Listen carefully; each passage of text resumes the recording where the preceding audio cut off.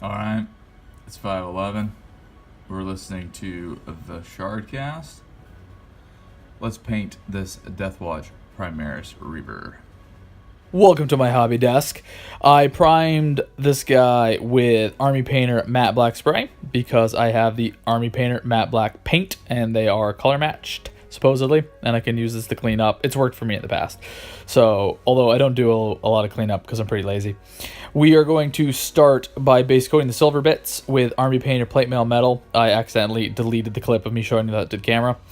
We're going to do all the normal parts. I also decided to do these little round bits of the armor just to try something different. And then we're going to move over to all the in-betweeny parts of the armor. I don't know what they're called. I think in a lot of other Marines you paint them black because I think they're even supposed to be rubber, but with Deathwatch you do them silver. And there's actually a really big part of this right underneath the chest plate, so it'll be pretty interesting.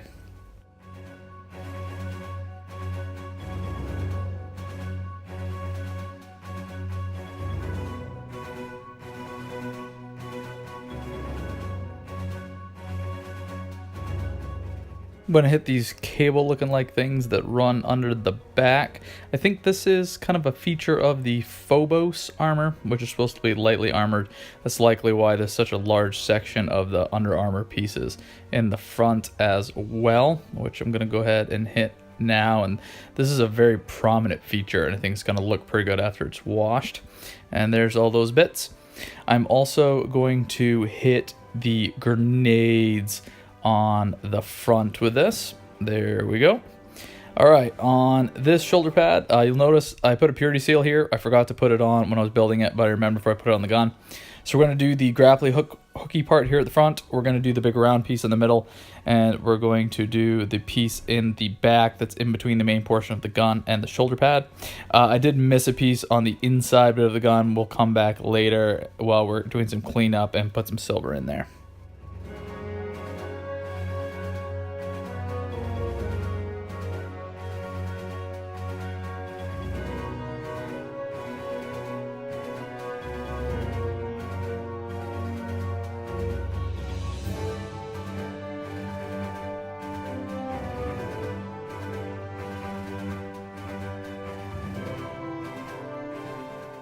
Two parts, each on the side of the head, has a circular armor piece similar to what I did on the feet. So I decided we're going to go out and do those in metal as well, just to see how that comes out a little different. All right, backpack, we're going to do the exhaust vents. We're going to do the big dome part right on the back, and we're going to do the plate that has vents up on the top. There's also a piece, I guess it's on the front side of the backpack that goes against the Space Marine's back that I missed, but I come back and hit that later.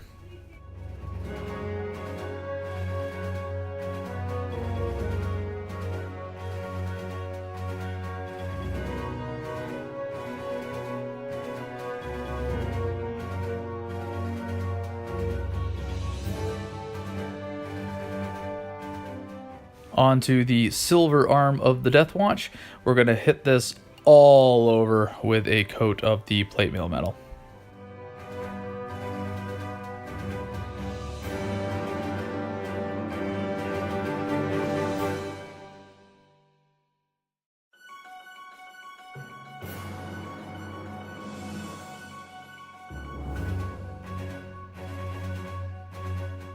Come back through, do a second coat on all of that, hit a few places that I missed. We're going to do this with the plate mail metal on all the pieces with the exception of the silver arm.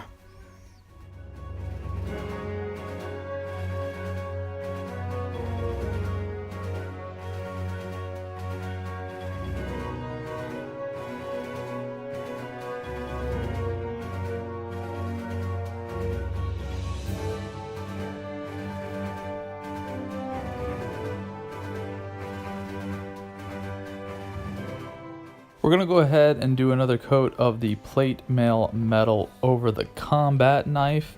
For the rest of the silver arm, we are going to use Shining Silver from Army Painter, and this will just kind of bring up the overall brightness of this particular piece, which is a feature of the Deathwatch, and I would like, this area of the arm to actually outshine the other silver bits as well.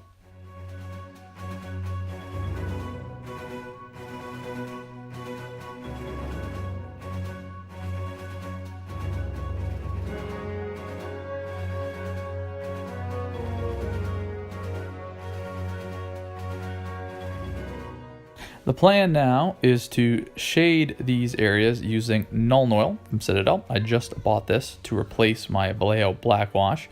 We're not going to put this over every bit of the metal. We're just going to go for the areas that have a lot of detail or pronounced recesses, like the in-between areas on the armor plating, especially the chest, for example.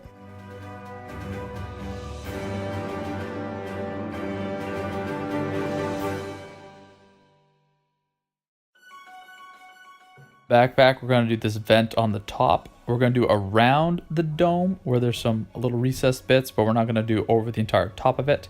And then we're going to do over the part of the vents that go into the recessed area. This arm will be similar. We're going to hit the recessed bits around this dome-ish circular area. We're going to hit the piece at the back, and we're going to hit this little dividing piece between the tip on the grappling hook. Silver arm, we're going to hit all the way on the writing. We're going to do the indent right above that along the top of that ridge. And then we're just going to hit the recesses down here on the arm. We're not going to go over the whole thing. And then we're going to hit around the wrist and the fingers and around the grip of the combat knife.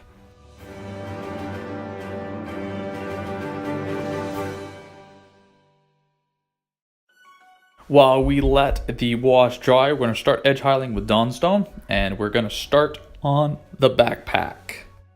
If you struggle with edge highlighting like I do, I would suggest painting a Primaris Reiver. These guys have so many edges, so many pronounced armor panels that it's like they were designed to practice edge highlighting with giving you nice of lots of easy edges.